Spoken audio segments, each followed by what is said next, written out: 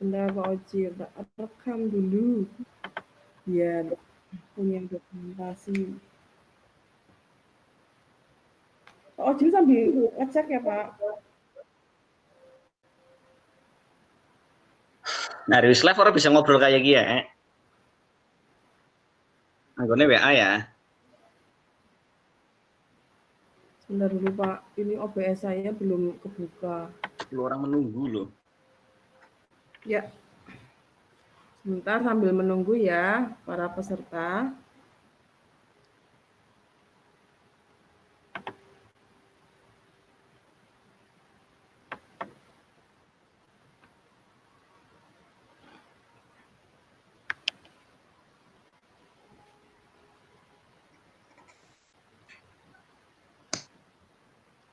Nah, ini baru keluar OBS-nya. Lola temen sih Mas. Oke.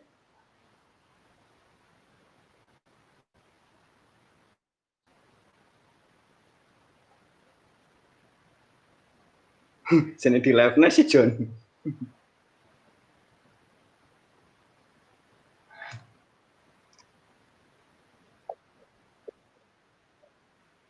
Sudah ya?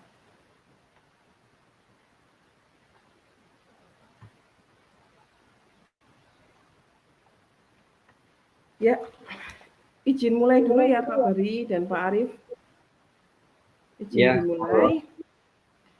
Bismillahirrahmanirrahim. Assalamualaikum warahmatullahi wabarakatuh. Selamat pagi. Salam sejahtera bagi kita semua. Salam, Om Swastiastu, Namo Buddhaya, salam kebajikan. Yang terhormat para narasumber, para pembicara, yang terhormat para peserta, kami ucapkan terima kasih kepada para peserta yang sudah hadir pada kesempatan yang baik ini. Alhamdulillah kita dapat berkumpul bersama di pagi hari ini meskipun secara online. Kami berharap Bapak Ibu, saudara-saudari, teman-teman mahasiswa sekalian dalam keadaan sehat walafiat dan tetap optimis di tengah COVID-19 seperti sekarang ini. Selamat datang di webinar PKM, Pengabdian kepada Masyarakat, yang bertema pengembangan bisnis startup untuk meminimalisir kegagalan dalam berbisnis. Mungkin untuk susunan acaranya langsung saja, saya di sini sebagai host sekaligus pemateri. Ya, mungkin untuk susunan acara yang pertama yaitu sambutan, mungkin sekaligus dengan materi dari pemateri pertama yaitu Pak Bahri Kamal. Tapi sebelumnya saya akan membacakan dulu CV beliau. CV beliau. Bentar.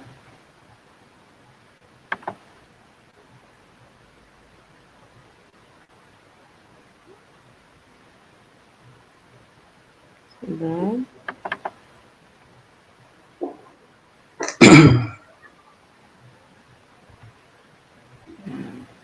Bapak Bahri Kamal SEMM. Jadi beliau pernah menempuh pendidikan mulai dari D1, beliau pernah menempuh tahun 2000 sampai 2001 di Institut Komputer Akuntansi Manajemen Indonesia. Jadi beliau pakar ya, pakar komputer akuntansi dan manajemen. Kemudian S1 juga beliau menempuh pendidikan tahun 2003 sampai 2007 di UTIRA, IBEK Jakarta Fakultas Ekonomi Manajemen, ya, Prodi Manajemen. Kemudian S2 beliau menempuh di UDINUS Semarang Fakultas Ekonomi dan Bisnis, Prodi Manajemen tahun 2011 sampai 2013. Pengalaman bekerja, pernah mengajar di SMK Muhammadiyah Kramat tahun 2008 sampai 2014. Kemudian beliau juga pernah mengajar di Universitas Terbuka tahun 2010 sampai sekarang. Kemudian pernah mengajar di LP3I Tegal tahun 2011 sampai 2014. Kemudian beliau juga pernah menjadi financial advisor di Bank Bumi Putra Syariah dan MNC Life. Kemudian beliau juga Tahun 2013 sampai sekarang beliau mengajar sebagai dosen di Politeknik Harapan Bersama Tegal. Tentunya dengan berbagai kompetensi-kompetensi yang beliau sudah punya, beliau akan memaparkan materi yang pertama. Materi yang pertama beliau akan paparkan yaitu tentang pengembangan bisnis startup. Mungkin waktu dan tempat kami persilahkan untuk Bapak Bahri Kamal untuk memberikan sambutan, kemudian dilanjut ke materi yang pertama. Monggo Pak Bahri. Ya, baik. Baik, terima kasih atas waktunya untuk Mbak Gia. Terima kasih yang sudah disempatkan pada saya untuk memberikan materi. Sebelum itu, mari kita bersama-sama kita berdoa dulu ya. Kemudian kita lanjutkan dengan pemaparan materi. Baik, Assalamualaikum warahmatullahi wabarakatuh. Waalaikumsalam warahmatullahi wabarakatuh. Innal hamdalillahi nahmaduhu wa nasta'inuhu wa nastaghfiruh wa na'udzu billahi min syururi anfusina wa min sayyiati a'malina may yahdihillahu fala mudhillalah wa man yudlil fala hadiyalah. Asyhadu an la ilaha illallah wa asyhadu anna Muhammadar Rasulullah. Pertama-tama kita panjatkan puji syukur kehadirat Allah Subhanahu wa taala yang telah memberikan kita kenikmatan yaitu nikmat sehat sehingga hari ini kita bisa melaksanakan seminar dengan webinar. Salawat serta salam mari kita curahkan kepada junjungan Nabi Agung kita Nabi Muhammad SAW yang telah memberikan syafaat kepada kita semua hingga yaumil akhir. Yang saya hormati teman-teman tim daripada webinar serta pimpinan dari Politeknik Harapan Bersama Tegal dan dari P3M Politeknik Harapan Bersama Tegal. Dan yang saya cintai, yang saya banggakan untuk mahasiswa saya semester 2, semester 4, semester 6 yang telah ikut seminar hari ini, semoga dalam keadaan sehat semuanya. Baik, untuk kesempatan ini sebelum kita mulai, mari kita berdoa untuk keselamatan daripada negeri dan bangsa kita ini yang selama ini sedang dilanda oleh wabah COVID-19. Semoga wabah tersebut cepat berlalu dan kembali aktivitas seperti biasa. Amin ya Allah. Kita mulai berdoa sesuai dengan agama dan kepercayaan kita masing-masing. Kita tundukkan kepala bersama-sama, kemudian silakan gunakan dengan cara agama kalian masing-masing. Saya dengan cara Muslim, saya akan memimpin daripada suratul Fatihah, kemudian kita berdoa dalam hati masing-masing. Ila hadratin Nabi Mustafa Rasulillah syai'ulillahi lahumul Fatihah. A'udzubillahi minasyaitonir.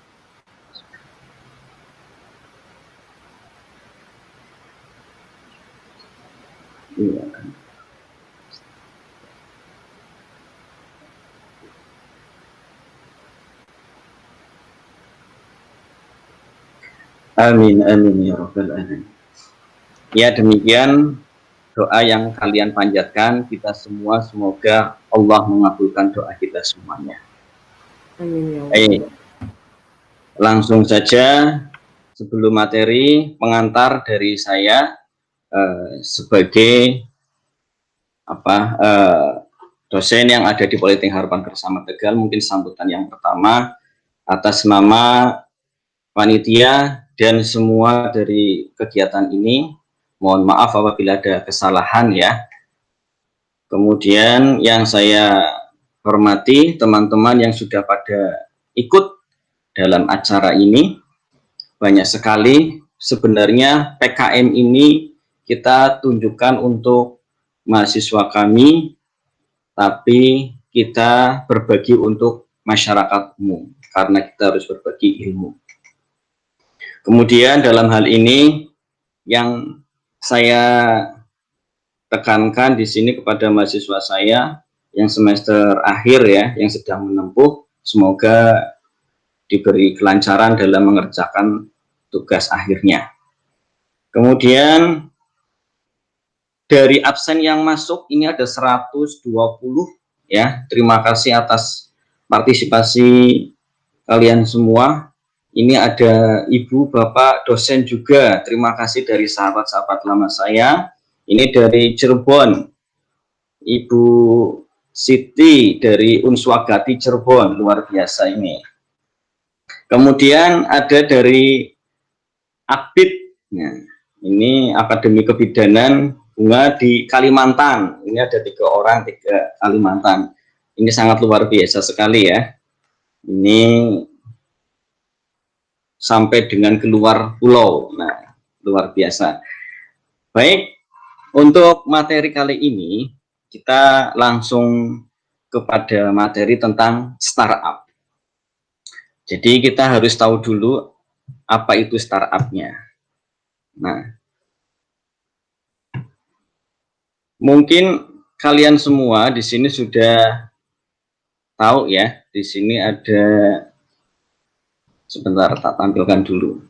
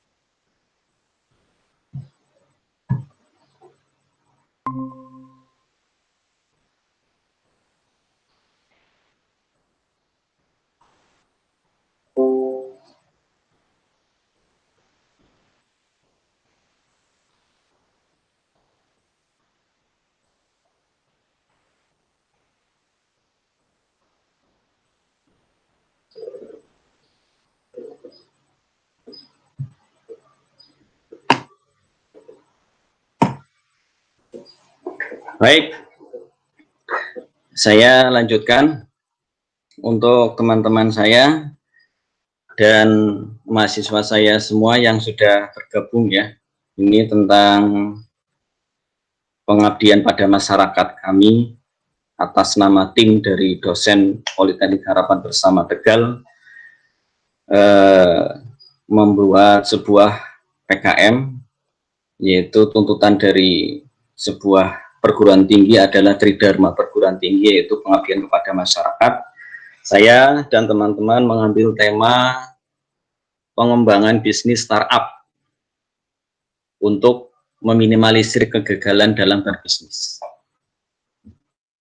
Ya, di sini bisa dilihat awal mulanya dulu. Kalian harus tahu apakah yang disebut dengan bisnis startup. Bisnis startup itu apa? Nah, di sini mungkin hanya sebagian kecil saja orang yang tahu dengan bisnis startup itu ya.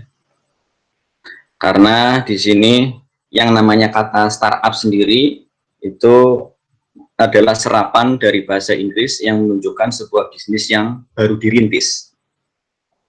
Jadi bisnis itu macam-macam. Waktu semester 2 kalian sudah mendapatkan mata kuliah pengantar bisnis, ada bisnis waralaba atau franchise ya. Nah, sekarang kita menuju ke bisnis yang lagi hits, yaitu startup.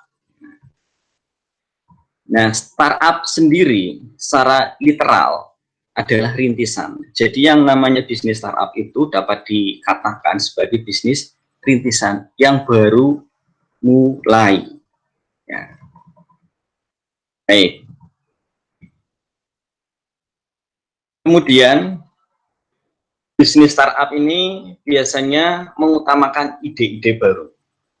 Banyak sekali ide yang harus kalian gunakan untuk membuat sebuah usaha.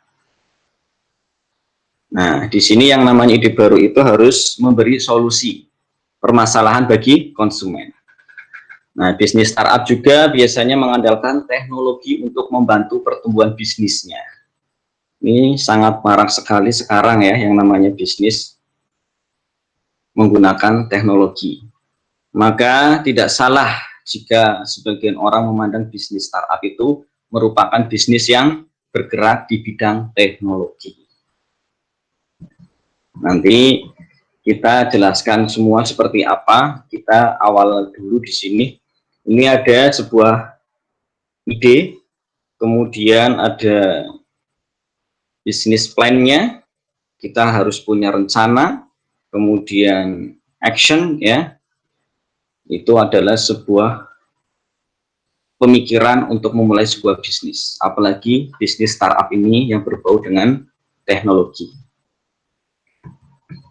Nah, bagaimana cara memulai berbisnis? Nah, setelah Anda nanti lulus kuliah atau sedang kuliah, mulai dari manakah yang namanya bisnis itu? Yang pertama adalah ide.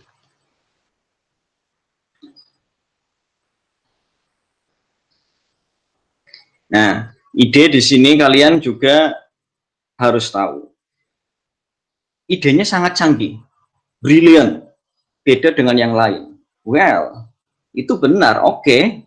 Tapi yang namanya ide, yang dicari itu bukan idenya, tapi problemnya. Masalahnya itu apa? Percuma punya ide bagus-bagus, tapi kalau nggak ada orang yang pakai aplikasi kita atau produk kita, iya kan? Nah, jadi mulai problem dulu, masalah dulu, baru ide.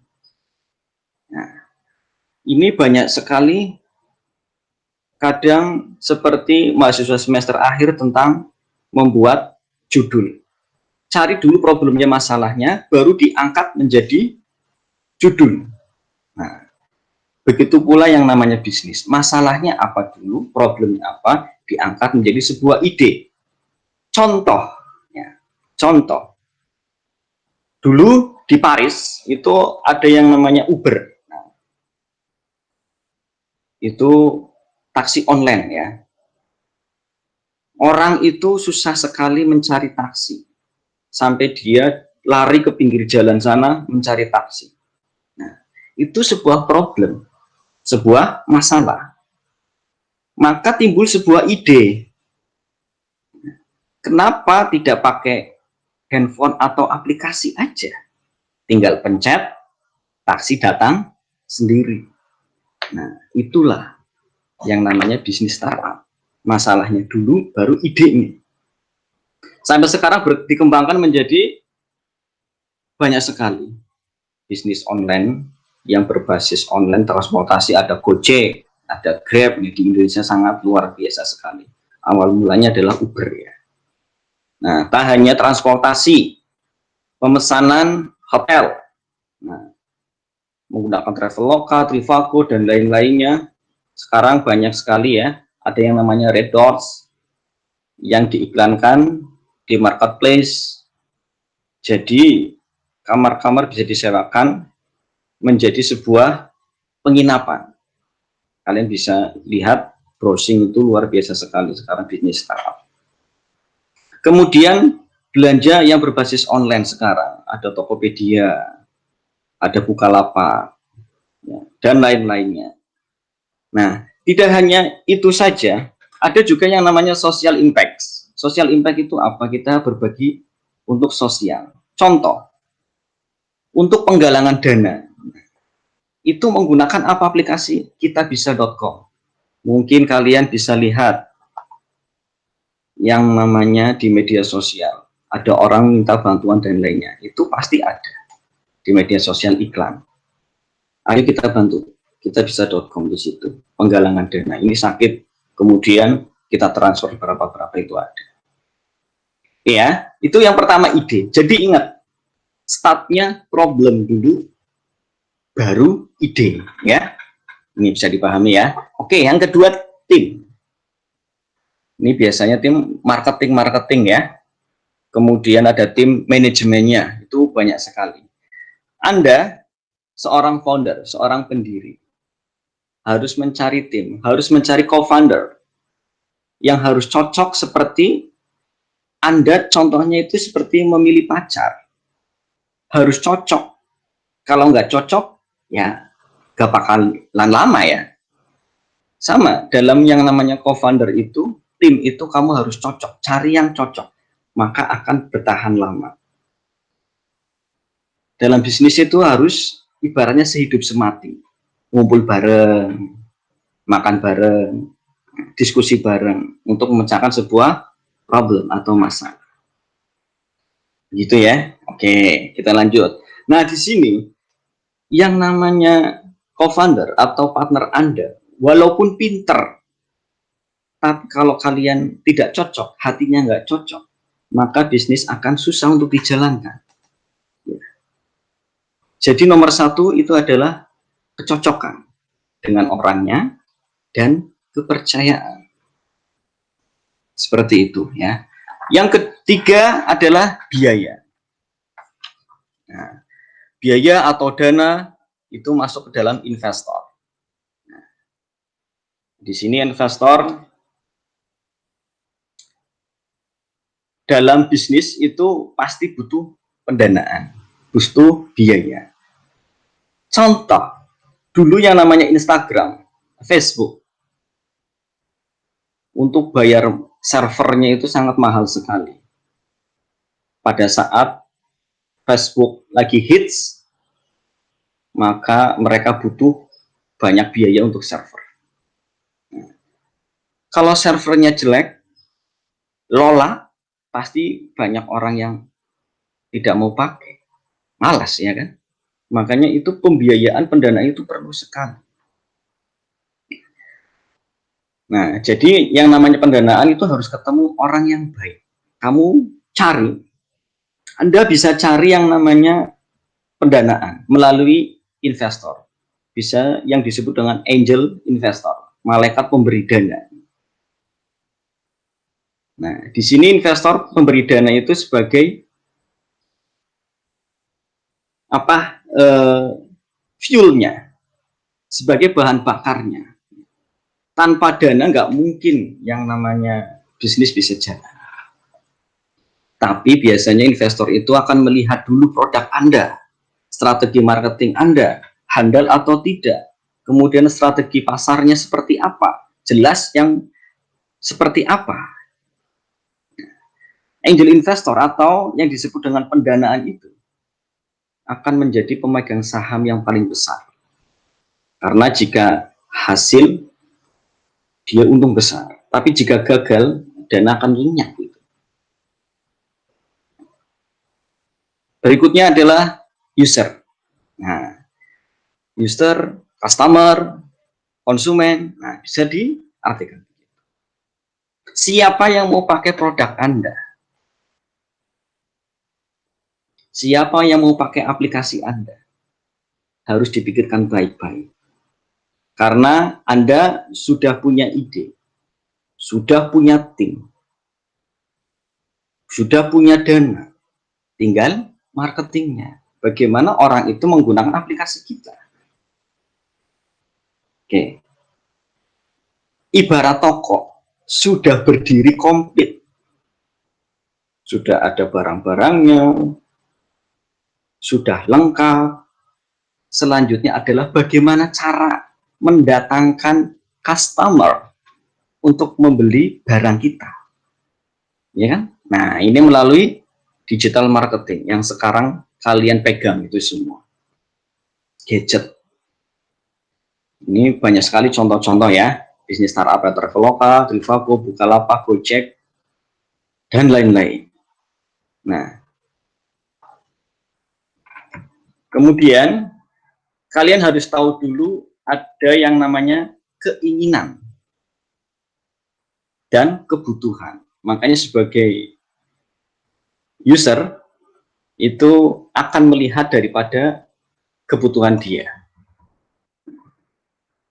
Jadi yang namanya bisnis Bisnis bisa disebut startup apabila ada 3 faktor. Yang pertama adalah founder atau pendiri. Yang kedua adalah investor, produknya. Ini produknya bisa digital, bisa teknologi. Ya, kalau 3 unsur ini bisa dikatakan bisnis startup. Ada founder, ada investor, dan ada produk. Nah, menurut Rama Mamuya, ini seorang CEO.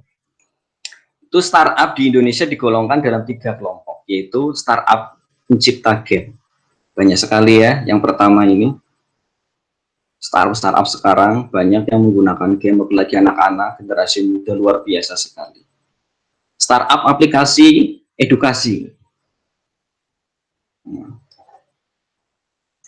Edukasi banyak sekali. Apa contohnya? Ruang Guru, ya kan, yang terkenal itu. Bimbingan belajar menggunakan aplikasi. Kemudian ada startup yang ketiga adalah perdagangan seperti e-commerce dan informasi. Kalian sudah dapat mata kuliah e-commerce kan? Nah, begitu. Berikutnya adalah mendirikan startup memang tidak mudah. Banyak perintis yang jalan di tempat bahkan gagal dan menyerah begitu saja. Sesuai dengan tema kita di sini, untuk meminimalisir kegagalan seperti apa. Nah, ini ada kiat-kiatnya, ada tipsnya. Ini menurut kami yang namanya bisnis startup untuk meminimalisir kegagalan. Itu yang pertama, bentuk tim yang solid. Harus dibentuk dulu. Tim yang solid itu seperti apa? Yang namanya bisnis itu tidak mungkin kita satu orang bisa jalan. Harus. Nah, bisnis startup ini harus didirikan, dijalankan dengan tim yang solid memang. Tanpa tim yang solid, startup tidak akan berkembang, bahkan akan menimbulkan kegagalan. Untuk membentuk tim yang solid, Anda dan tim itu harus memiliki visi yang sama, pandangan yang sama. Ya. Oke. Yang kedua adalah inovasi. Inovasi dan terus bertanya. Jangan berpuas diri. Dalam hal ini, yang membedakan bisnis startup dengan usaha kecil menengah itu adalah bagaimana Anda berpikir kritis dan inovatif. Anda harus berpikir yang dapat membuat pasar itu kaget. Wah, produk Anda bagus. Itu adalah inovasi. Dan Anda tidak boleh merasa puas dengan hasil Anda yang dapatkan dalam bisnis Anda. Teruslah mencari-cari di sela-sela masih kosong di pasar-pasar tersebut. Ya, kira-kira yang kurang apa? Terus cari. Seorang pelaku startup ini harus banyak bertanya. Jangan berpuas diri.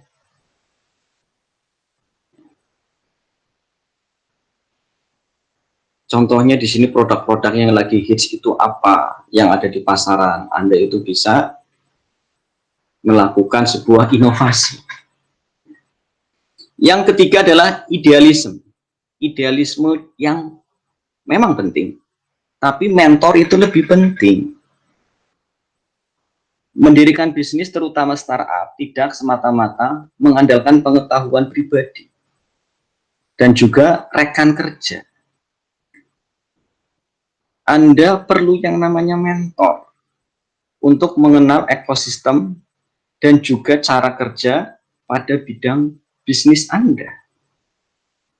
Startup banyak yang gagal karena seringkali mengabaikan masukan dan keluhan karena dengan idealisnya dia bangun seperti itu, ya, akhirnya dia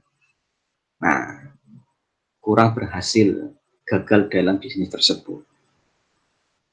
Kita perlu yang namanya mentor, kita perlu yang namanya orang yang berpengalaman, ya, bergaul dengan founder-founder lain seperti itu.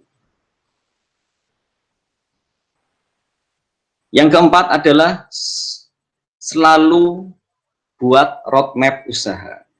Anda dalam membuat sebuah usaha harus ada roadmap. Roadmap itu apa? Petunjuk, patokan untuk menjalankan suatu hal yang baik untuk mencapai tujuan. Seperti Anda itu membuat sebuah penelitian, ada roadmapnya. Ya, bulan ini melakukan apa, bulan ini melakukan apa sampai selesai. Begitu juga dengan bisnis, ada roadmap. Seringkali para pelaku startup gagal karena melupakan hal-hal sepele, namun penting membuat roadmap, atau yang disebut dengan master timeline. Dua hal tersebut berguna untuk menganalisis ide, pertanyaan-pertanyaan riset, dan juga memantau jalannya usaha Anda. Itu adalah roadmap.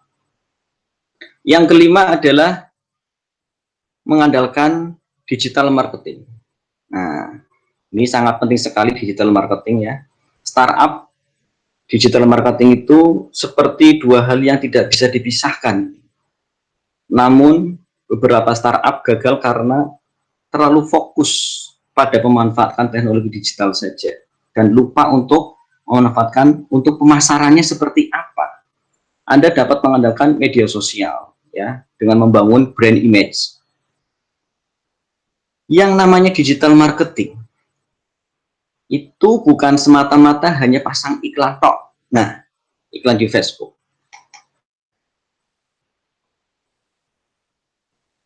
Nggak bisa. Kalau hanya semacam iklan di Facebook itu kurang pas. Tapi bagaimana cara yang paling tepat? Percuma Anda pasang iklan, tapi tidak mengerti esensi dari iklan tersebut. Agar produk terkenal itu seperti apa? Yang pertama itu bisa melakukan kerjasama dengan founder-founder lain, menggunakan endorse, ya kan?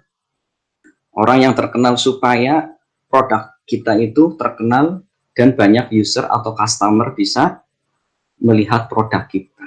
Nah, itu adalah strategi marketing. Yang keenam adalah confident atau percaya diri. Kunci paling utama dalam pelaku startup ini percaya diri. Memang sulit menjalankan bisnis, tapi bukan berarti Anda harus semangat atau kurang. Percaya diri ini sangat luar biasa sekali. Anda tidak boleh kehilangan fokus ketika Anda jatuh. Ingat, kegagalan bukan berarti Anda benar-benar gagal. Tapi kegagalan adalah sebagai katalis atau pengalaman agar bisnis Anda menjadi lebih kuat. Oke, itulah yang disebut dengan startup. Cara menganalisisnya, cara membangunnya, dan cara meminimalisir daripada kegagalan. Ya, mungkin di situ yang bisa saya jelaskan tentang bisnis startup. Ini sebagai pengantar. Nanti kita ada sesi tanya jawab, silakan di live chatnya Anda bisa tanya-tanya tentang bisnis startup seperti apa. Nanti kita ada sesi tanya jawab. Jadi ini saya sudah mengisi materi yang pertama tentang pengantar startup. Bisnis startup seperti apa, bentuknya seperti apa. Ini sebagai pengantar, nanti kita lanjutkan ke pemateri 2 yang sudah siap dengan materinya. Saya sudah 30 menit menemani Anda tentang startup, nanti dilanjutkan dengan Ibu Ghea. Ibu Ghea juga akan menjelaskan tentang membuat proposal bisnis yang bagus seperti apa, terutama ini yang berkaitan dengan startup, ya. Baik, di sini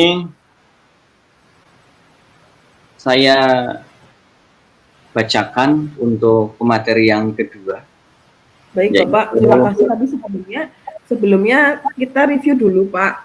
Jadi seperti tadi yang disampaikan oleh Pak Bahri Kamal bahwa untuk menjadi startup yang baik tentunya ada beberapa hal yang perlu diperhatikan ya Pak. Salah satunya adalah tim yang kuat. Tadi beberapa kali Pak Bahri menyampaikan bahwa tim yang kuat itu diperlukan ketika kita baru memulai suatu bisnis, maupun tidak hanya bisnis ya Pak, di tempat kerja, dimanapun ketika kita baru memulai, itu yang paling penting adalah tim yang kuat dulu, solid dulu. Kemudian tadi juga Pak Bahri menyampaikan bahwa kita tidak boleh kita idealis, tapi kita tidak boleh cepat merasa puas atas apa yang telah kita capai.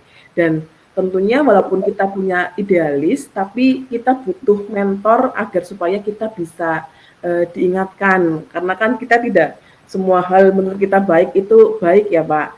Jadi kita butuh mentor, apalagi seperti pebisnis atau UMKM yang baru merintis, mungkin butuh untuk mengikuti komunitas-komunitas bisnis. Kan sekarang banyak juga komunitas bisnis yang ada di Kota Tegal sendiri juga banyak. Seperti si Apik Kota Tegal juga ada. Itu di Dinas Koperasi Kota Tegal. Itu. Kemudian tadi juga Pak Bahri menyampaikan bahwa harus ada roadmap dari startup kita itu nantinya akan seperti apa, agar supaya kita bisa menganalisis perkembangan bisnis kita di masa yang akan datang nantinya. Kemudian tadi juga Pak Bahri menyampaikan bahwa modal itu tidak lepas dari suatu bisnis. Cuman ketika modal itu jangan sampai dibuat sebagai kendala dalam kita berbisnis, karena modal itu bisa kita peroleh dari investor misalkan. Nah, bagaimana cara memperoleh modal itu salah satunya adalah kita harus merencanakan suatu bisnis kita, dan kita harus membuat proposal bisnis. Nah, nanti akan saya sampaikan materinya di materi yang kedua, tapi sebelumnya saya mau bacakan dulu rule dari yang tadi saya belum bacakan. Rule acara kali ini adalah silakan nanti peserta bisa menanyakan hal-hal apa saja yang terkait dengan materi kita hari ini di kolom chat YouTube kita. Jadi silakan nanti tanyakan pertanyaan kepada siapa, apakah kepada Pak Bahri atau kepada Bu Gia, nanti pertanyaannya nanti kita akan bahas ya, kita akan bahas. Kemudian untuk daftar hadir nanti akan di-share formnya di Google Form, nanti kita akan share di kolom chat ataupun di deskripsi YouTube ya. Jadi nanti akan ada daftar hadir dan juga akan ada form feedback atau umpan balik dari kegiatan hari ini, tapi nanti di tengah acara. Jadi untuk kolom chat mungkin nanti untuk pertanyaan saja ya. Mungkin seperti itu Pak Bahri. Monggo untuk waktu dan tempat kami persilahkan ke Pak Bahri.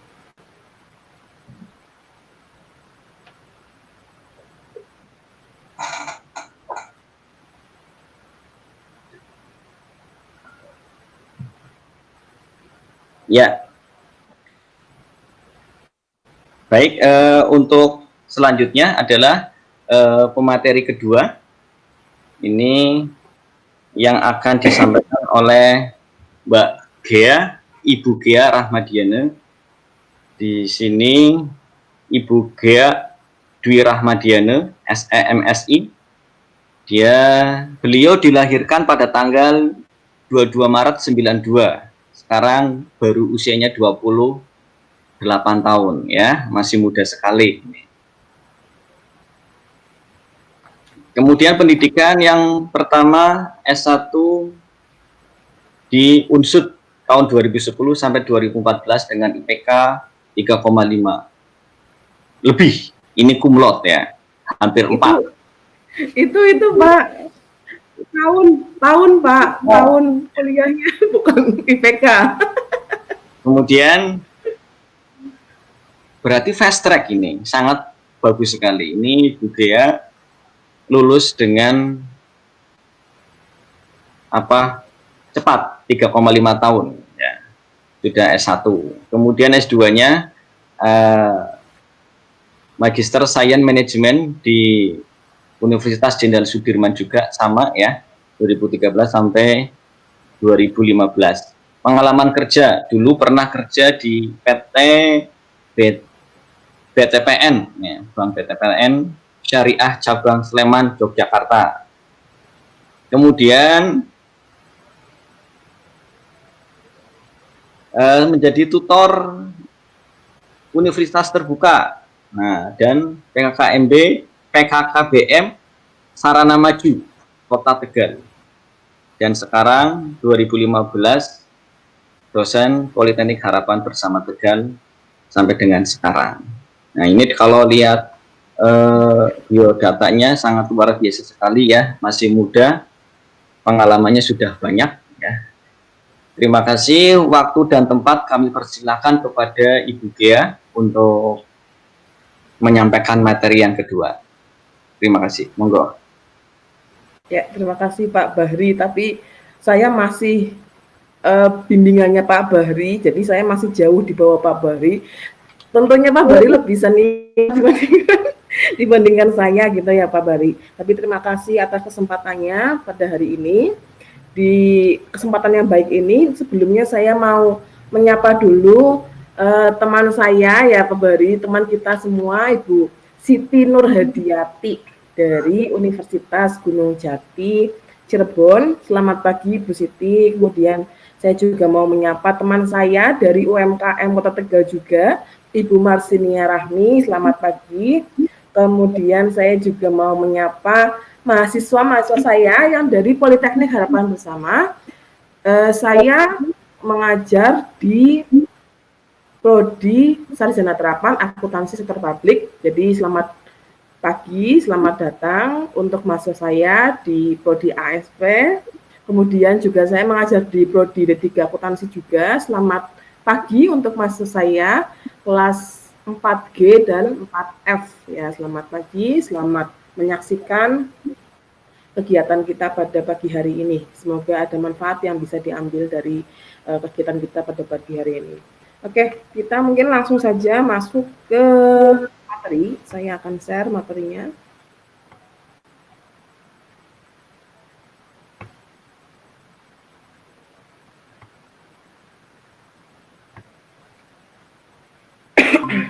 Sudah tampil ya Pak Bahri?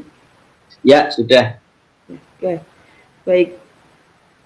Pada hari ini saya akan menyampaikan tentang materi ya, kaitannya dengan bagaimana caranya startup itu untuk meminimalisir kegagalan dalam berbisnis. Tadi juga disampaikan Pak Bahri, untuk memperoleh modal usaha, memulai usaha itu tidak harus kita mempunyai modal dulu baru kita memulai usaha. Tapi yang penting adalah kita punya rancangan dulu. Nah, bagaimana rancangan itu bisa jelas ketika dikomunikasikan dengan yang kita mau minta sebagai investor, tentunya kita harus tuliskan rencana itu dalam sebuah proposal bisnis. Nah, saya di sini akan memberikan sedikit pencerahan mungkin ya, template-nya seperti apa, kemudian poin-poin indikatornya apa saja yang minimal harus ada ketika kita mau menyusun proposal bisnis, gitu ya. Nah, di sini panduan dasar membuat proposal bisnis kreatif. Oke, kita langsung saja. Jadi nanti diharapkan capaian materi kita pada pagi hari ini, yang pertama peserta dapat memahami pengertian dan tujuan proposal bisnis, itu apa. Kemudian yang kedua adalah komponen proposal yang baik itu seperti apa. Dan yang ketiga nanti akan ada template proposal bisnis. Oke, kita masuk yang pertama adalah memahami pengertian dan tujuan dari proposal bisnis. Jadi apa itu proposal bisnis? Ya tentunya proposal itu dari kata to purpose. Ya benar nggak Pak Arif? Itu purpose. Ya, to purpose yang artinya adalah mengajukan. Jadi ini adalah kata serapan gitu ya. Proposal itu adalah kata serapan dari to purpose. To propose ya? Apa sih? Ya itu. Nah istilah, karena saya malu di sini ada dosen profesional bahasa Inggris ya. Jadi kalau saya nggak lancar ngomongnya bahasa Inggrisnya, saya jadi malu ya. Nah, dari definisi proposal bisnis ini, kita bisa definisikan bahwa proposal artinya adalah kita mengajukan penawaran ya, beberapa gagasan, ide, pemikiran kepada pihak lain untuk mendapatkan dukungan, persetujuan, izin dan sebagainya.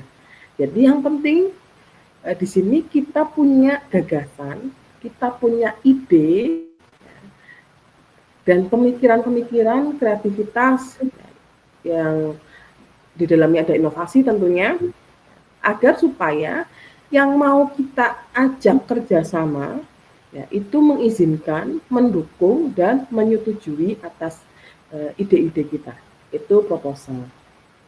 Ya, kemudian proposal bisnis sendiri ya, itu harus ada mengandung 3 syarat utama, yaitu punya tujuan, terencana dan sistematis. Oke, jadi proposal bisnis ini untuk mengajukan ide bisnis kita. Jadi gambaran besar dari bisnis kita itu seperti apa. Nah, tujuan dari proposal bisnis itu yang pertama memberikan gagasan dalam menjalankan usaha kita agar tetap berada dalam alur yang diinginkan. Kemudian yang kedua adalah dapat digunakan untuk meyakinkan pihak-pihak yang akan memberikan dukungan pendanaan. Jadi bagaimana caranya mereka yakin atas produk kita, kita harus menuliskan secara ringkas, tapi di situ di dalamnya harus ada komponen-komponen yang penting. Nah, nanti kita akan bahas satu-satu. Keuntungan proposal bisnis, yang pertama sebagai gambaran dari usaha yang dijalankan. Kemudian yang kedua, mempunyai perencanaan strategi dan logistik, mempunyai alat ukur, ada indikatornya ya, dalam melaksanakan pekerjaan, baik dari pemasaran, produksi, dan lain sebagainya, kita harus rencanakan. Kemudian mempunyai sasaran tertulis dalam kerangka acuan yang dapat digunakan dari waktu ke waktu. Kemudian terakhir sebagai alat penjualan dan prospektus untuk mencari modal atau pinjaman. Itu keuntungan proposal bisnis. Nah, komponen proposal yang baik itu seperti apa? Nah, komponen proposal yang baik yang pertama adalah buatlah seringkas mungkin. Jadi yang namanya investor, ya, jadi kita bayangkan aja, investor itu kan orang yang sibuk gitu. Nah, orang yang sibuk bagaimana biar mereka yakin dan mau membaca proposal kita. Jadi buatlah seringkas mungkin. Ringkas namun padat, ya, serta tetap informatif. Jadi ringkas saja. Kemudian yang kedua adalah fokus pada hal yang membuat bisnis kita beda. Jadi proposal usaha yang gagal bukan karena tidak baik, tapi karena tidak menarik. Jadi kita fokus pada proposal kita bagaimana caranya agar terlihat menarik. Jadi kita tonjolkan keunggulan dan perbedaannya proposal kita, usaha kita dengan usaha pesaing, ya, seperti itu. Kemudian yang ketiga adalah pahami big picture, kuasai detailnya. Jadi cukup berikan aspek teknis yang krusial saja, jadi yang penting aja. Kemudian kita harus melakukan sesuai kemampuan, sesuai kapasitas. Jadi mulai dulu dari kapasitas dan kapabilitas yang kita punya gitu ya, sesuai dengan kemampuan kita. Daripada nanti kita berangan-angan, kita pengennya yang wah, tapi nanti ketika prosesnya dilalui malah kita tidak bisa maksimal. Ya. Jadi sesuai dengan kapabilitas kita. Kemudian usahakan sudah ada MVP ya, minimum viable product. Jadi MVP itu apa? Jadi ini adalah versi produk baru dengan fitur yang sangat sederhana. Jadi gini, kita merencanakan suatu bisnis, ya. Kita menuliskan rencana, tapi minimal kita punya seperti miniatur atau produk awal kita secara sederhana saja. Misalkan kita mau memproduksi remote, kita buat dulu nih produk yang sederhana dulu biar kita bisa tunjukkan gitu ya. Kalau misalkan kita cuma merencanakan, kita nggak punya produknya, kita nggak bisa menggambarkan nanti produk seperti apa, ya bagaimana investornya mau yakin kan seperti itu. Ya minimal kita buat secara sederhana saja produknya seperti apa gitu ya. Nah, kemudian selanjutnya mungkin yang ketiga adalah template proposal bisnisnya itu seperti apa. Nah, tentunya di sini saya akan memberikan template yang sederhana. Maksudnya adalah ini yang minimal harus ada di suatu proposal bisnis. Yang minimal harus. Jadi sebenarnya kita tidak bisa membuat, tidak ada, ya misalnya tidak ada standar yang saklek atau baku ketika kita membuat proposal bisnis.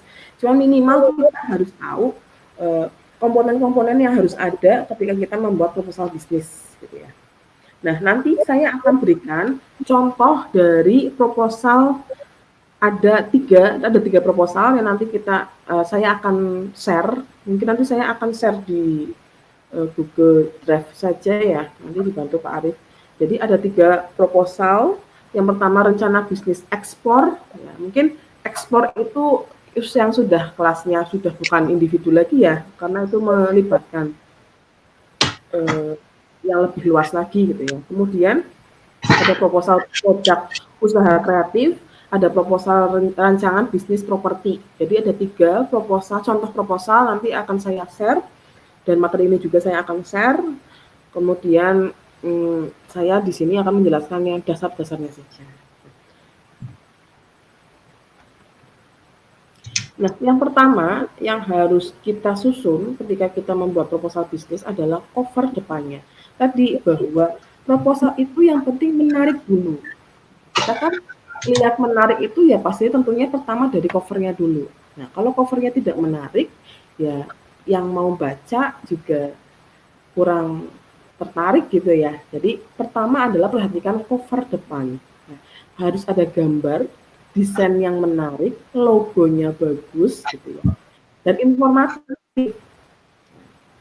Jadi ini secara umum cover depan harus menarik.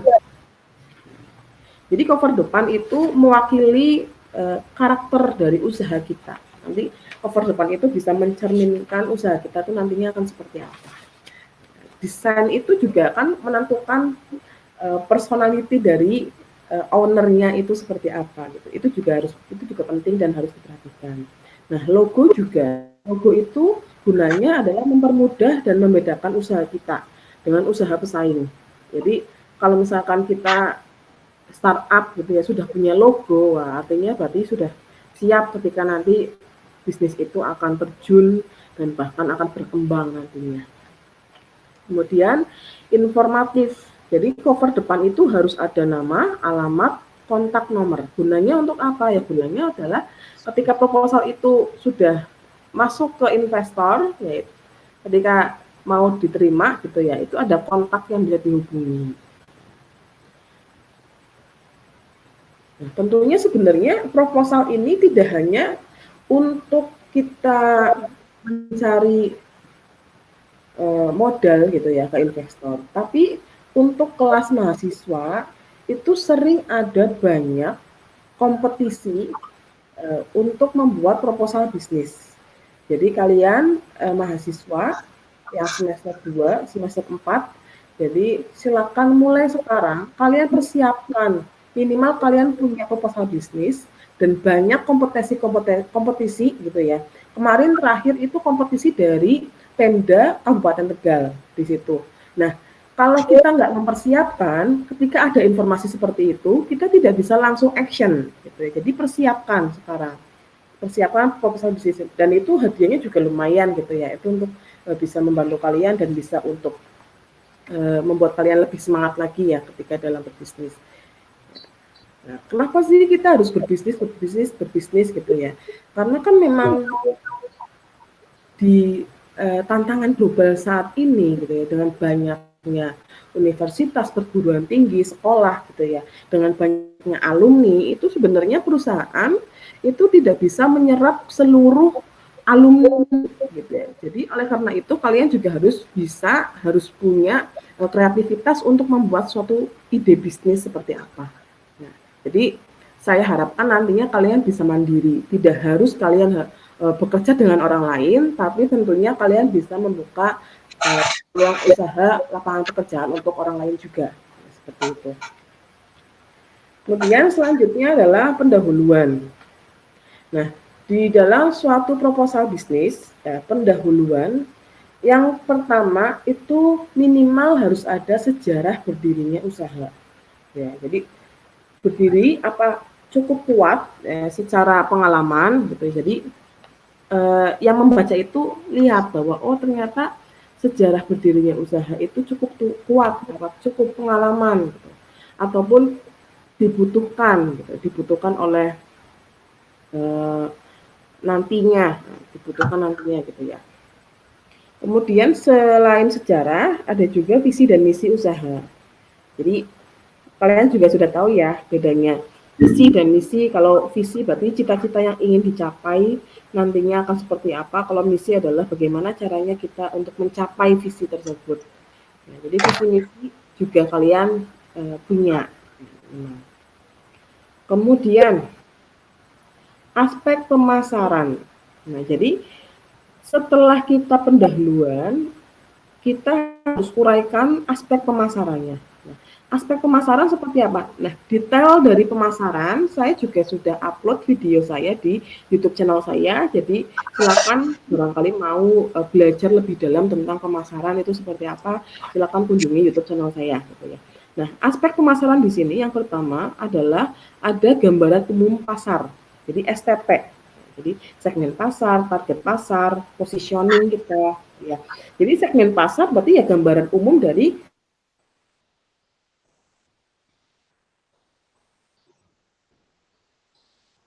target pasar kita. Nah, sasaran khusus bagi konsumen yang potensial itu siapa? Kita uraikan di situ. Jadi jelas. Jadi yang investornya itu yakin bahwa kita memang sudah siap. Gitu. Selain target pasar ada positioning. Ya. Menempatkan usaha kita di antara pesaing.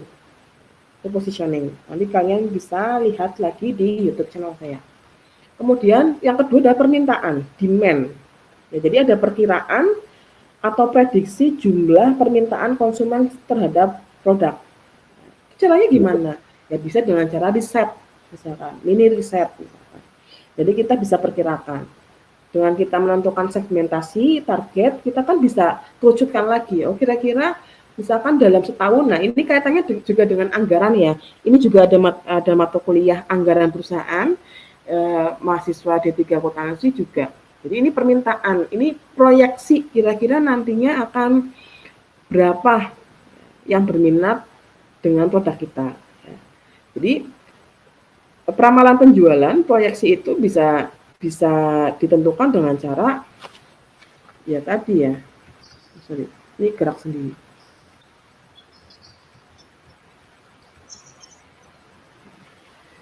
Ya. Jadi ya bisa ditentukan proyeksi peramalan itu bisa ditentukan dengan cara beberapa metode. Ada metode kuantitatif, kualitatif, dan ada metode khusus. Ya, dengan riset dan sebagainya. Kemudian ada rencana penjualan dan pasar. Pak BK bisa bantu ini tampilkan. Bisa deh. Nah, nih. Rencana penjualan dan pangsa pasar. Selanjutnya. Tuh. Laptop saya lagi gerak sendiri ya. Rencana penjualan. Nah, jadi disesuaikan rencana penjualannya dengan komoditi permintaan dan penawaran. Disesuaikan komoditi permintaan dan penawarannya. Kemudian pangsa pasar juga penjualan produk kita dibandingkan dengan penjualan total produk yang sejenis pangsa pasar. Kemudian strategi pemasaran perusahaan ya bisa dianalisis dengan 7P. Dengan 7P. Ya, 7P apa saja ya? Produknya. Bagaimana caranya agar produk kita itu dapat menarik hati konsumen. Kemudian harga, price.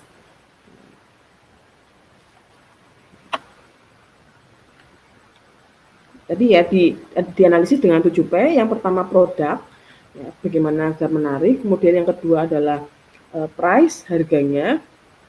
Bagaimana agar lebih menarik konsumen lagi, gitu ya, dengan harga yang sesuai.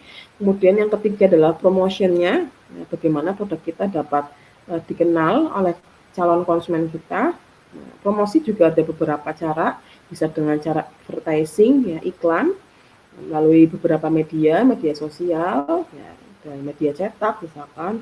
Kemudian ada dengan cara sales promotion, ya. Sales promotion itu misalkan dengan cara kita mengikuti event atau mengikuti acara atau mengikuti pameran, itu juga bisa. Nah, kemudian personal selling. Jadi personal selling berarti kita menjual secara langsung, ya, itu juga bisa. Kemudian public relation. Jadi tadi bahwa kalau kita mau berbisnis, alangkah baiknya kalau kita punya komunitas. Jadi ini cenderung untuk membuat kita mereka tahu bahwa image dari usaha kita itu baik gitu ya. Kita saling sharing, kita saling memberikan masukan gitu ya. Itu. Kemudian P yang keempat itu adalah placement. Cara untuk mendistribusikan produk kita itu seperti apa gitu ya. Apakah detail, apakah dan lain sebagainya. Kemudian P yang selanjutnya adalah people. Sumber daya manusia yang kita punya, tenaga kerja kita, gitu ya, yang dapat meningkatkan penjualan produk, itu juga penting. Ya. Karyawannya mau berapa? Kemudian proses agar konsumen tertarik, ya proses produksinya kita tonjolkan. Misalkan kita mau jual makanan, tapi makanan yang tidak bikin kalorinya naik, kalorinya sedikit, ya itu kan proses juga, ya, proses produksi juga baik. Kemudian P yang selanjutnya adalah physical evidence. Ya, jadi physical evidence itu adalah penampilan fisik dari produk kita. Ya, minimal kita punya fasilitas apa? Ya, kita misalkan punya gedung, kita misalkan punya alat-alat. Jadi untuk meyakinkan kita punya physical evidence itu apa? Ya, secara fisiknya. Nah, kemudian nah, 7P ini ya juga ketika kita menganalisis juga harus dibandingkan dengan strategi pemasaran yang ditetapkan oleh pesaing. Ya, jadi kita harus menyesuaikan analisis 7P kita dengan pesaing kita. Ya, tentunya harus lebih unggul ya, harus lebih berbeda dan harus lebih unggul dibandingkan pesaing. Kemudian juga ketika kita menganalisis 7P tadi, ya, kita perlu mencatat biaya-biayanya itu berapa agar supaya calon investor itu tahu yang dibutuhkan memang dirincikan di bagian proses tadi 7P dan lain sebagainya gitu ya. Kemudian selanjutnya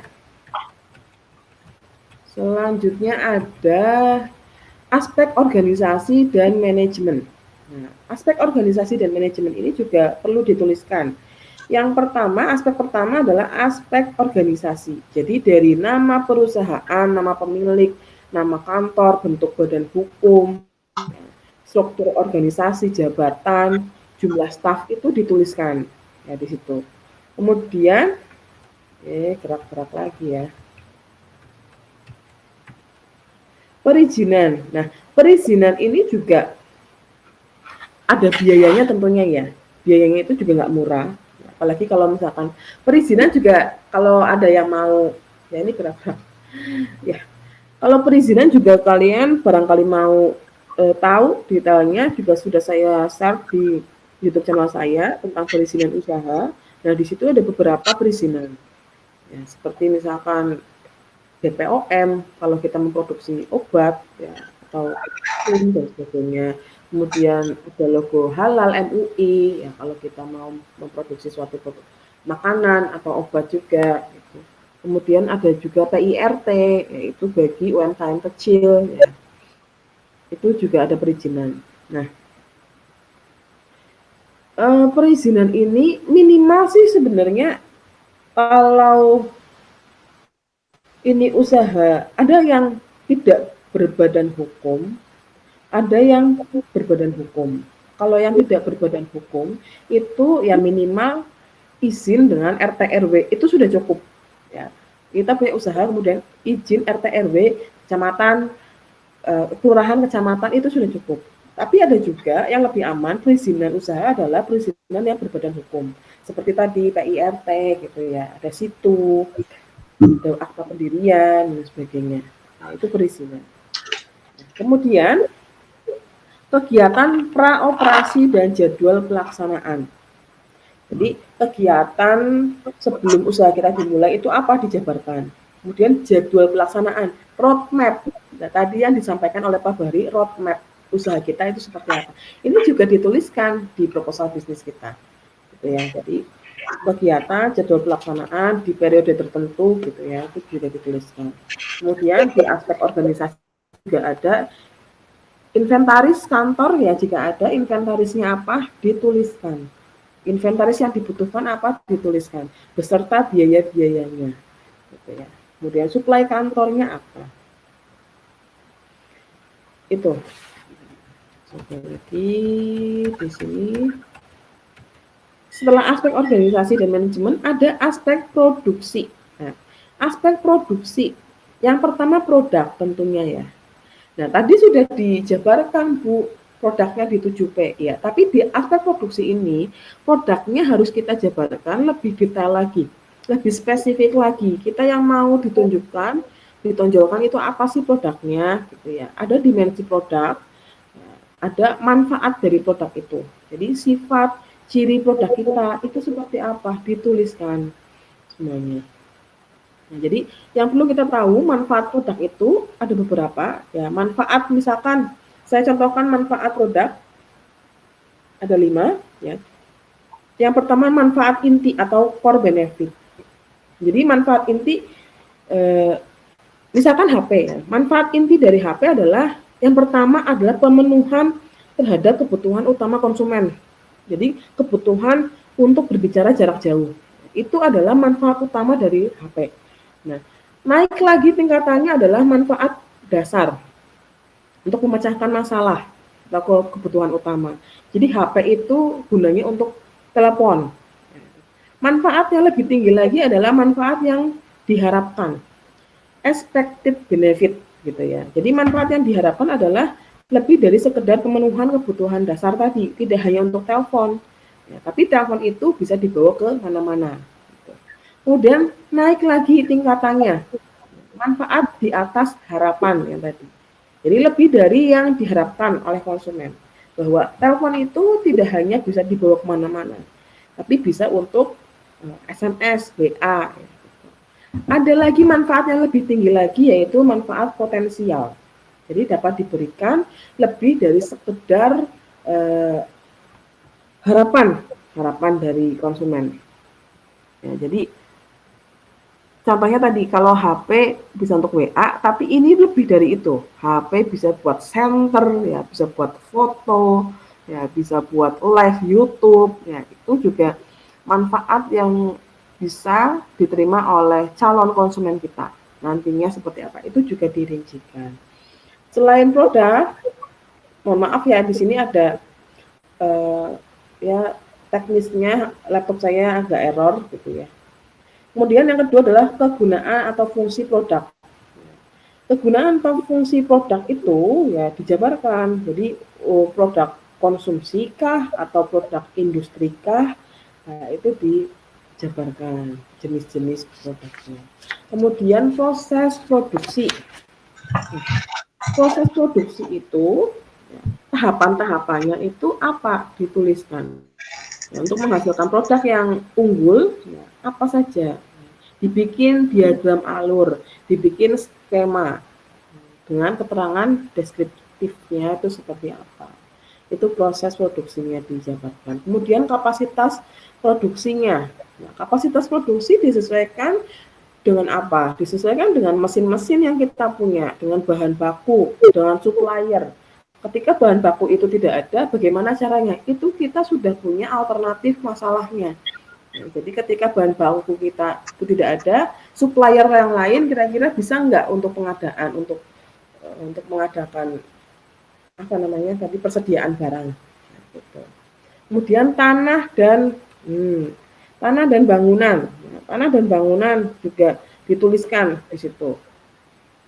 Nah, kemudian pemasangan sarana penunjang seperti listrik, PDAM itu juga dituliskan. Walaupun itu terlihat tidak sepele gitu ya, tapi justru yang sepele itu kita harus tuliskan secara rinci. Karena itu yang akan menunjang proses dari produksi dan penjualan produk kita, usaha kita nantinya. Kemudian ada mesin dan peralatan. Kita butuh mesin apa? Misalkan kita mau usaha konveksi, ya kita butuh mesin jahit berapa.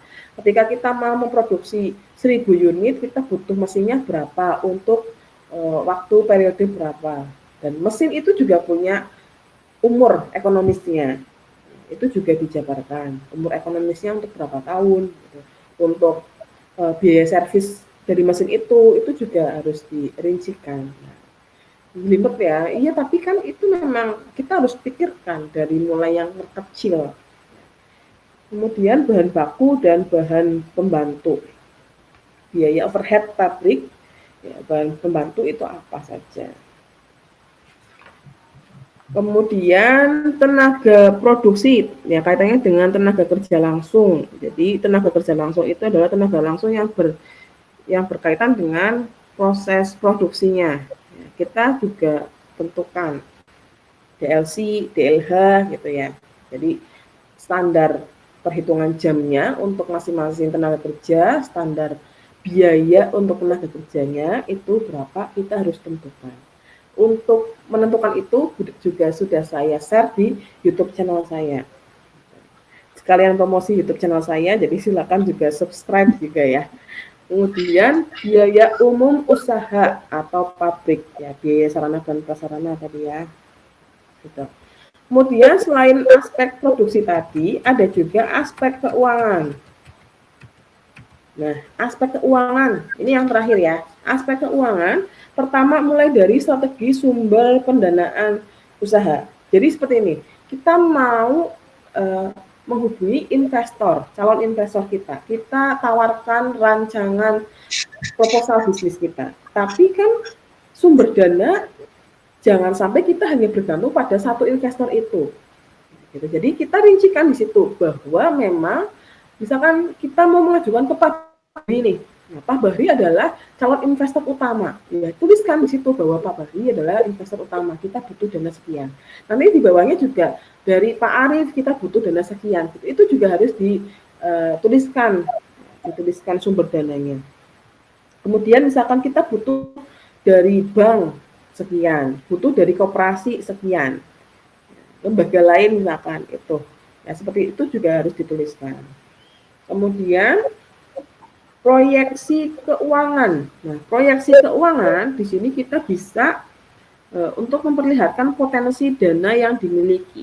Jadi kebutuhan dana eksternal, perhitungan kelayakan usahanya itu seperti apa. Itu bisa juga dilihat, ya, diperlihatkan dengan neraca keuangan, nah, laporan keuangan, neraca, gitu ya, laba rugi, kemudian cash flow-nya itu juga perlu dirancangkan. Cash flow kita, ya. Kemudian analisa kelayakan usahanya, ya. Jadi untuk mengukur nilai uang, ya, atau tingkat pengembalian dari investasi, ya itu juga perlu. Jadi kita mau minta dana, tapi kita juga harus punya rancangan untuk kapan nih kita akan mengembalikan dana tersebut. Itu juga jangan lupa, itu juga penting, gitu ya. Kapan kita akan mengembalikan itu, kemudian besarnya berapa, ya bunganya berapa dan sebagainya. Itu bisa menggunakan metode payback period. Ya, nanti dipelajari. Atau mungkin nanti aspek keuangan ini sebagai kegiatan tindak lanjut dari PKM kita hari ini ya Pak Bahri. Jadi untuk aspek keuangan nanti untuk tindak lanjut kita melakukan PKM untuk selanjutnya kita akan bahas tentang aspek keuangan secara detail. Tapi hari ini kita akan bahas secara umum saja bahwa analisa kelayakan usaha bisa menggunakan payback period. Ya, rumusnya total investasi dibagi dengan net income ditambah depresiasi. Kurang lebih seperti itu. Kemudian yang terakhir adalah analisa keuntungan. Nah, analisa keuntungan pakainya apa? Bisa pakai BEP, break even point. Jadi kita bisa menghitung kira-kira biar kita nggak rugi, itu kita harus memproduksi berapa. Kan BEP itu kan kita menentukan posisi di mana kita nggak rugi dan kita nggak untung. Jadi kita bisa melihat, berarti kalau kita memproduksi 100, kita akan rugi. Jadi berapa akan, nah itu dan seperti itu. Nah, itu nanti kita akan bahas deh untuk kegiatan kita yang akan datang gitu ya. Mungkin, nah ini dia proposal bisnis kreatif. Tadi juga saya kan bilang bahwa proposal bisnis kreatif memang yang marak sekarang adalah bisnis kreatif. Ya, bisnis kreatif itu apa ya? Berarti bisnis yang di dalamnya ada ide-ide, gagasan dan produk kita itu memang berbeda dari produk para pesaing. Nah, jadi saya juga mengampu mata kuliah kewirausahaan di Prodi Sarjana Terapan Akuntansi Sektor Publik dan mahasiswa saya coba untuk mereka buat produk apa nih kira-kira. Nah, nggak usah yang repot-repot, saya menantang mereka untuk membuat produk dari limbah gitu. Jadi limbah atau barang bekas itu ternyata yang tadinya tidak bernilai gitu ya, tapi bisa dirubah menjadi produk yang lebih bernilai jual. Nah, contohnya ini beberapa produk dari mahasiswa saya perlihatkan di sini. Ini adalah tempat tisu dari koran bekas. Nah, jadi ya koran bekas setelah dibaca udah dibuang ya mungkin ya. Tapi ternyata koran bekas itu bisa dirubah menjadi produk yang lebih bernilai. Nah, itu adalah tempat tisu gitu ya, ini bisa dijual lagi gitu ya, bisa untuk jadi aksesoris gitu ya. Kemudian ini yang saya paling lucu banget, paling senang banget nih mahasiswa saya Mbak Nurul. Ini itu dari korek gas bekas. Nah, ini saya baru lihat banget nih. Gas bekas dirubah menjadi miniatur Vespa. Ini super kreatif ya. Jadi sebenarnya mahasiswa itu lebih kreatif ya Pak BK daripada kita. Jadi mahasiswa itu semakin mudah, apalagi di zaman sekarang ya, yang serba digital, kemudian bisa melihat referensi-referensi, ternyata mereka bisa gitu loh, lebih kreatif lagi gitu. Ini korek gas untuk miniatur gitu ya, korek gas bekas itu kan nggak apa-apa ya, tapi bisa dibuat miniatur sekeren ini, selucu ini, dan ini juga kan bisa digunakan sebagai misalkan gantungan kunci ya, atau aksesoris pernikahan, ya, itu bisa bernilai jual gitu ya. Kemudian ada lagi ini bros, mungkin sudah banyak ya, tapi ini dari kain perca atau dari kain bekas, itu bisa dirubah lagi menjadi produk yang lebih bernilai gitu ya. Itu sangat luar biasa dan saya apresiasi dengan mahasiswa yang memang punya kreativitas. Sebenarnya dari limbah, tapi suatu produk itu ya jadi sebenarnya ya yang mahal, karena saya mikir yang mahal berarti ya kreativitasnya gitu ya. Kalau kita nggak punya kreativitas atau mungkin tidak mengikuti perkembangan zaman atau inovasi ya mungkin kita akan kalah dengan pengusaha atau yang lainnya gitu ya. Jadi itu sih yang saya masih apresiasi. Ini beberapa contoh produk kreatif dan saya juga mengharapkan dari luaran kegiatan PKM ini diharapkan peserta minimal sudah punya proposal bisnis kreatif, khususnya untuk mahasiswa saya, membuat dari produk-produk ini buat proposal bisnis kreatif. Nah, misalkan ini saya tugaskan nih, misalkan ke mahasiswa saya, tapi suatu saat nanti ketika ada kompetisi gitu ya dari mana dan banyak kompetisi, mereka bisa langsung untuk memasukkan proposal bisnis itu ya. Harapannya minimal mereka sudah punya rencana gitu ya. Jadi tinggal dimasukkan saja, sudah bisa berkompetisi, hasilnya untuk mereka sendiri bisa membantu biaya-biaya perkuliahan, itu kan cukup membanggakan untuk mahasiswa gitu. Apalagi nanti untuk ketika mereka sudah keluar dari udah lulus, mereka ingin membuat lapangan pekerjaan baru, mereka sudah punya bekal proposal bisnis yang akan mereka gunakan. Mungkin itu. Ya, terima kasih untuk sharing-sharingnya. Ini demikian materi dari saya. Mungkin belum maksimal, saya mohon maaf, tapi setidaknya semoga ini bisa memberikan sedikit masukan minimal kalau template proposal bisnis itu seperti apa. Nanti saya akan share. Ya mungkin nanti gimana ya share-nya ya? Di-share dong ya, pokoknya nanti di grup apa di mana, atau mungkin bisa di email. Jadi kalau misalkan Bu saya minta template nih, contoh template-nya, nah bisa di email saya gia.duit@polteknikal.ac.id ya, atau kunjungi YouTube channel saya Gia Rahmadiana, Twitter, Instagram, media sosial yang lain Gia GG. Jadi silakan barangkali ada yang mau menanyakan lebih lanjut ya, tentang proposal bisnis ini. Mungkin itu Pak Bahri yang bisa saya sampaikan. Barangkali ada yang mau ditanyakan atau kita sharing-sharing ya Pak Bahri. Iya. Kesempatan yang hari ini. Monggo Pak Bahri.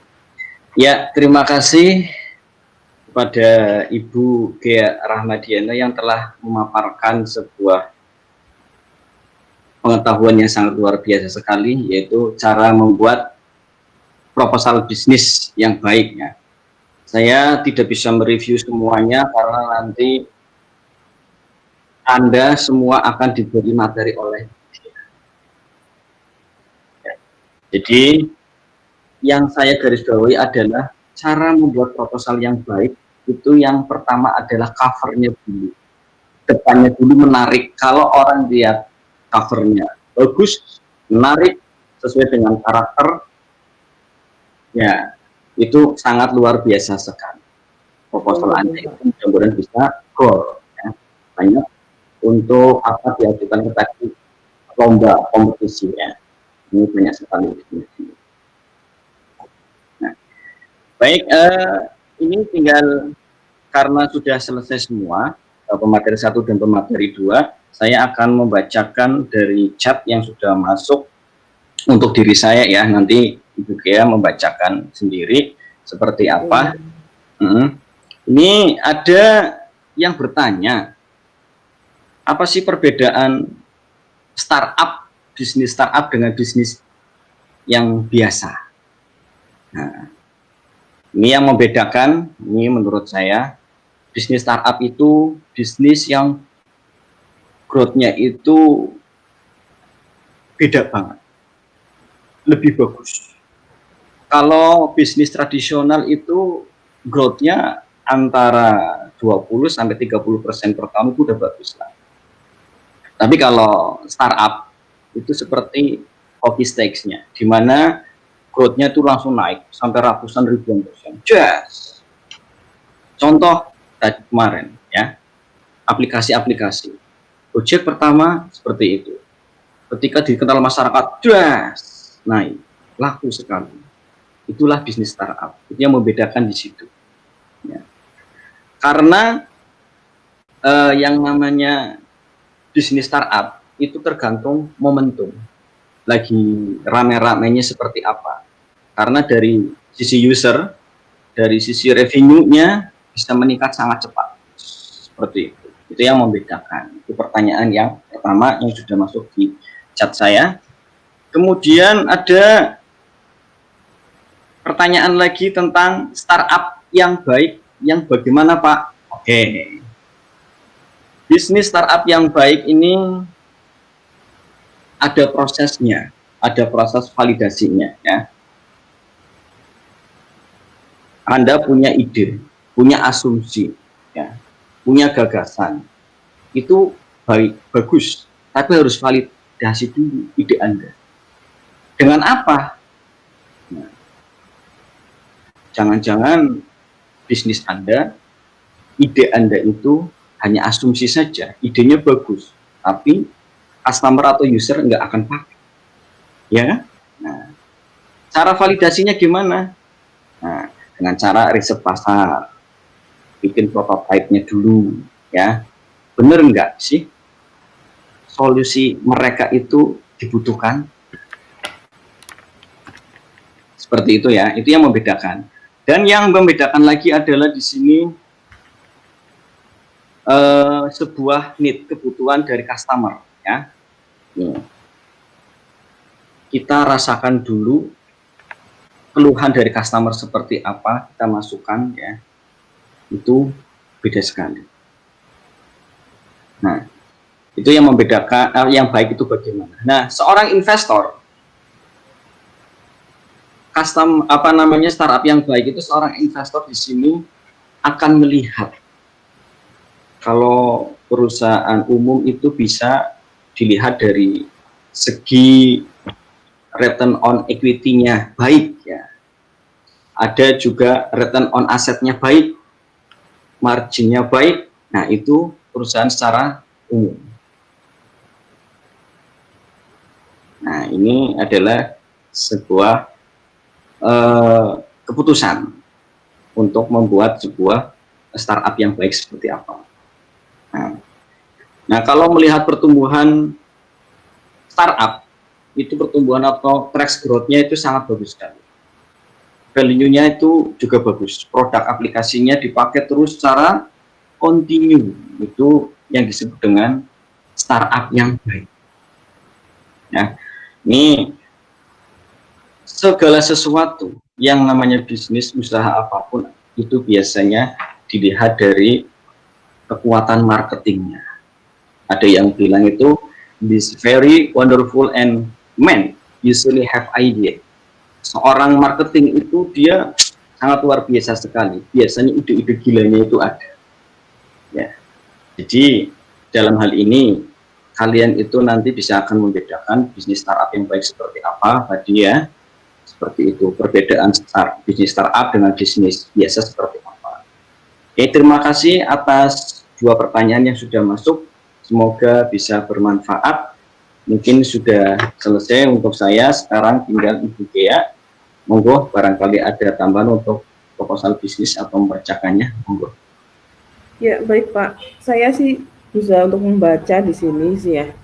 Baca pertanyaan. Ini ada pertanyaan juga dari Mas Wahyu. Nah, Mas Wahyu Alfurqon ini adalah alumni D3 Akuntansi Pak. Saya ingat banget dan ramah banget dan masih ingat dengan dosen. Kadang kan ada ya mahasiswa yang udah lulus, tapi kadang ketemu dosennya lupa gitu dan mungkin nggak nyapa atau gimana. Tapi Mas Wahyu itu kalau ketemu di mana-mana pasti selalu ingat gitu ya.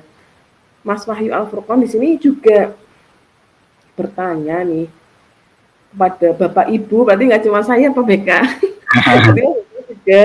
Jadi apa yang perlu diperhatikan ketika akan mapping planning? Jadi ketika kita membuat roadmap ya dan driving action agar goal yang ingin kita raih dalam sebuah project startup tidak hanya mengambang, bahkan hanya sekedar plan saja.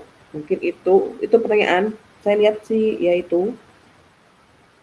Kemudian tapi sebelumnya jangan lupa saya ingatkan bahwa ada form daftar hadir, silakan khususnya untuk mahasiswa kita ya Pak BK di Politeknik Harapan Bersama untuk mengisi daftar hadir dulu di link yang sudah diberikan. Kemudian juga ada link feedback ya, umpan balik, silakan untuk juga diisi. Ya, wajib diisi untuk mahasiswa daftar hadir dan link feedback. Ada 2 ya, ada 2 link. Mungkin pertama Pak Bahri bisa menjawab dulu pertanyaan dari Mas Wahyu nih. Mas Wahyu. Ya, terima kasih atas pertanyaan Mas Wahyu. Ini senior kalian semua ya yang sudah lulus di sana. Sekarang mungkin sudah bekerja di perusahaan yang bagus sekali karena prestasinya waktu kuliah juga bagus ya. Ini pertanyaan sangat menarik sekali. Terima kasih Mas Wahyu. Di sini sebenarnya tadi sudah tak singgung ya.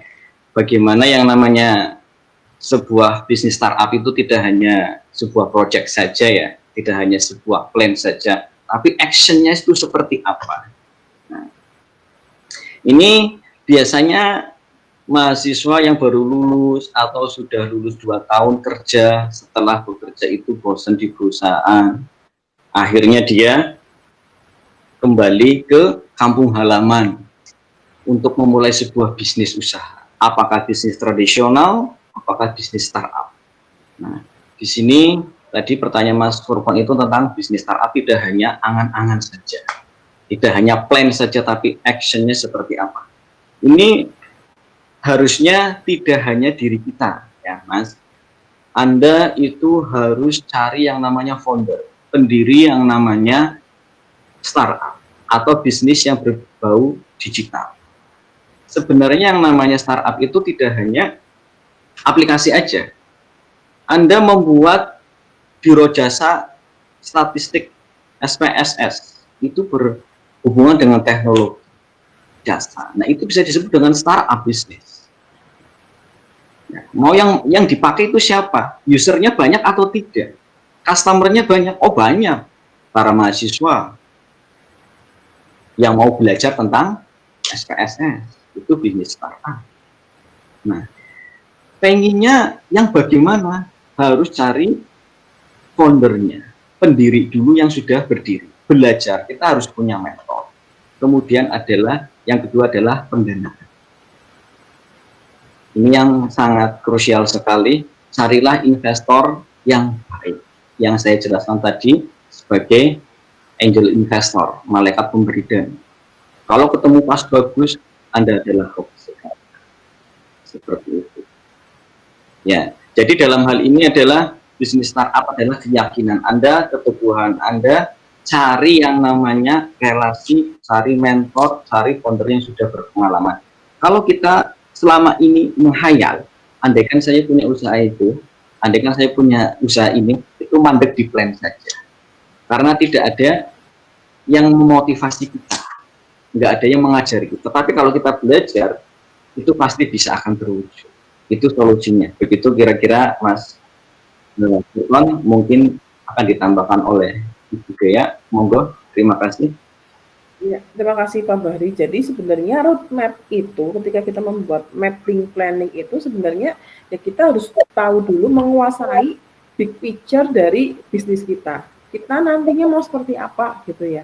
Jadi misalkan dari mulai yang pertama 5 tahun pertama kita akan membuat produk yang standar misalkan. Nanti selanjutnya kita melihat tren juga. Tren yang ada di 5 tahun yang akan datang itu apa? Ya, jadi ketika kita membuat suatu mapping bisnis atau roadmap, kita juga harus sesuaikan dengan tren yang terjadi itu nantinya apa.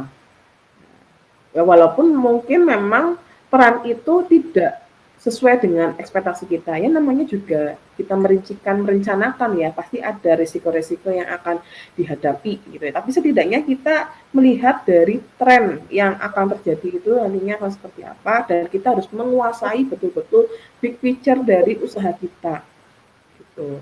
Jadi disesuaikan dengan inovasi-inovasi tentunya ya, karena kan sekarang apalagi semuanya berbasis teknologi. Seperti itu sih Pak Baika yang sederhana dari saya. Dan beberapa mungkin ada yang bertanya nih tentang proposal bisnis ya. Jadi Bu, apakah yang tadi Bu Gaya sampaikan itu adalah standar ya? Tentunya tidak. Jadi proposal bisnis ini tidak baku. Jadi proposal bisnis ini silakan dibuat sesuai dengan requirement atau kebutuhan bisnis itu apa, kemudian kebutuhan dari calon investor pengen mengetahui informasi apa gitu. Jadi itu sih sebenarnya yang minimal harus ada gitu di proposal bisnis. Kemudian misalkan ada lagi nih yang mau tanya, apakah contohnya yang tadi Bu Gia sampaikan itu benar-benar aplikatif? Jadi sebenarnya kalau kita mau mengaplikasikan proposal bisnis tadi ya tentunya harus melewati proses studi kelayakan yang secara komprehensif sih. Gitu. Jadi kita menyiapkan minimal ada poin-poin yang kita tonjolkan dari bisnis kita itu apa. Seperti itu. Kemudian apakah proposal bisnis itu tidak terlalu panjang untuk ide bisnis. Jadi tergantung pada kompleksitas dari ide kita. Jadi sebenarnya ada proposal bisnis itu kan cukup ringkas tapi cukup panjang. Ada juga rincian bisnis itu dengan cara lebih sederhana, itu namanya bisnis model kanvas. Jadi bisnis model kanvas itu adalah kita merencanakan bisnis kita lebih ringkas lagi dengan tabel, dengan metrik. Nah, itu juga sudah saya jelaskan di YouTube channel saya. Jadi nanti nonton dan subscribe. Nah, kemudian juga ada yang tanya lagi nih. Apa ya? Apa bedanya proposal bisnis dengan rencana usaha? Sebenarnya sama rencana usaha, proposal bisnis. Cuman karena tadi proposal itu kan dari kata serapan ya, serapan bahasa Inggris to propose ya, to propose ya, itu artinya adalah rencana usaha. Ya, jadi sebenarnya sama, hanya saja beda pada pelafalan ya. Proposal bisnis dari serapan to propose yang artinya rencana bisnis ya. Jadi itu mungkin yang bisa saya sampaikan. Itu juga Pak Bahri ada LPPM Voltech Harbor. Jadi dari tim P3M juga say hey ini di chat, kolom chat. Jadi selamat pagi untuk LPPM Voltech Harbor juga. Kemudian tadi mungkin ini ice breaking aja sih Pak Bahri. Kadang kita kan yang berpikir sederhana saja ya. Apa ya? Kita usaha apa ya yang laku gitu loh Pak. Yang laku tuh yang seperti apa ya? Terus Pak Bahri apa Pak? Yang laku tuh yang seperti apa Pak? Ya kalau bisnis yang lagi rame, yang lagi laku itu sesuai dengan momen. Ini momennya COVID. Nah, berarti bisa bisnis jualan masker. Nah, dengan masker karakter. Nah, motifnya seperti apa? Jadi yang namanya bisnis itu mengambil sebuah peluang. Kalau ada peluang, itulah kita bisa jadikan bisnis. Seperti itu. Jangan bisnis itu tidak ramai, tapi kita menjalankan terus. Tapi lihat momen dan situasinya. Contohnya tadi masker, kemudian ada hand sanitizer, kemudian yang lainnya pokoknya tentang kesehatan. Itu pasti banyak yang dicari. Jadi bisnis mencari peluang yang ada, itu menurut saya. Begitu. Ya betul sekali, itu harus sesuai dengan momen ya Pak. Tapi ada Pak, jualan, kita usaha, yang laku tidak laku pasti habis. Ada Pak. Apa Pak? ada usaha yang laku nggak laku pasti habis. Itu apa Pak Beka? Pak Beka tahu nggak? Ya mungkin yang tahu jawabannya Ibu Gea ya. Apa Pak Arif? Iya. Jadi ada, ya ini untuk ice breaking aja ya. Jadi ada usaha yang laku nggak laku pasti habis. Ya itu ya usaha es ya Pak. Kalau es kan nggak laku itu kan habis, mencair gitu ya. Iya, jadi itu mungkin ice breaking aja ya Pak.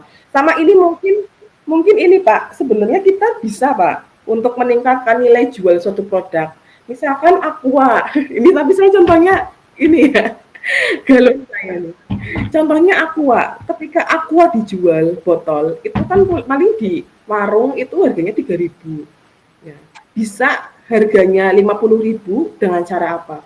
Bisa dengan cara dijual di hotel misalkan ya. Kalau dijual di hotel, restoran, itu harga Aqua itu lebih dari, mungkin harganya sekitar 20.000 gitu ya, lebih tinggi lagi.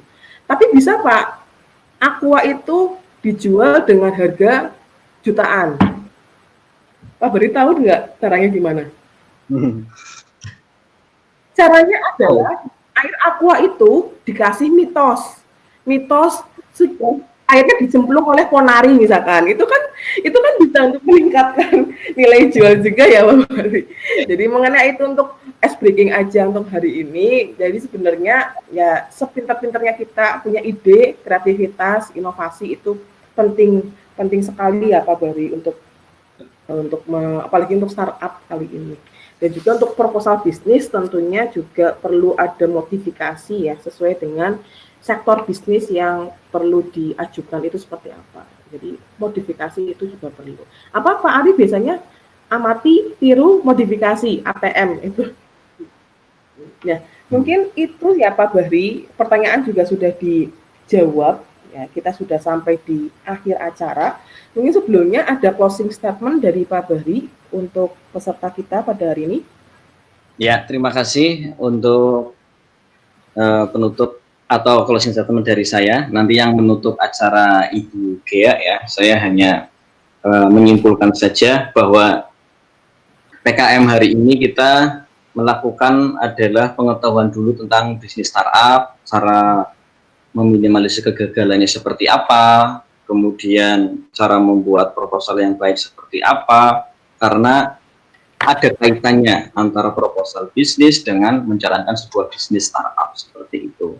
Jadi diharapkan dengan kegiatan ini kalian semua punya gambaran tentang bisnis startup seperti itu. Kemudian nanti bisa memikirkan ide-ide, gagasan-gagasan kalian semua untuk membuat sebuah solusi ya dari sebuah bisnis ini. Nah, begitu kira-kira closing statement dari saya. Semoga bermanfaat ya. Saya mohon maaf apabila ada kesalahan kata ataupun kesalahan dalam perilaku saya. Saya mohon maaf sebesar-besarnya atas nama saya pribadi dan atas nama institusi. Saya akhiri, billahi taufiq wal hidayah, wal ridho wal inayah, usikum wa nafsi bitaqullah, astagfirullah khairat. Wassalamualaikum warahmatullahi wabarakatuh. Waalaikumsalam warahmatullahi wabarakatuh. Terima kasih Pak Bahri. Jadi sebenarnya sedikit closing statement dari saya juga. Semakin sering kita berlatih membuat proposal itu, maka kita akan lebih pintar lagi ketika kita membuat proposal bisnis. Jadi proposal bisnis itu juga perlu latihan juga. Mungkin itu. Terima kasih Pak Bahri atas materinya hari ini, sangat bermanfaat sekali, sangat luar biasa sekali materinya pada hari ini. Demikian webinar PKM sudah kita lalui bersama dengan baik.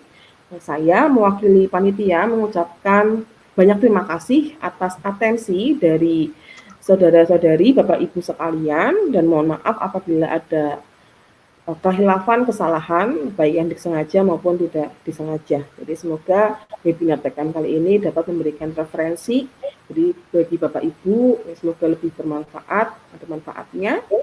Nah, sebelumnya saya mau pekikan kata dulu untuk menyemangati peserta pada PKM pagi hari ini, jadi agar lebih semangat lagi di tengah pandemi. Ada pekikan, jadi pekikannya adalah bangkit di saat sulit, menang melawan COVID. You can do it. Itu pekikan dari saya. Kami pamit undur diri. Billahi taufiq wal hidayah. Wassalamualaikum warahmatullahi wabarakatuh. Waalaikumsalam warahmatullahi wabarakatuh. Sampai jumpa di kegiatan selanjutnya. Jangan lupa untuk link daftar hadir dan link feedback diisi ya.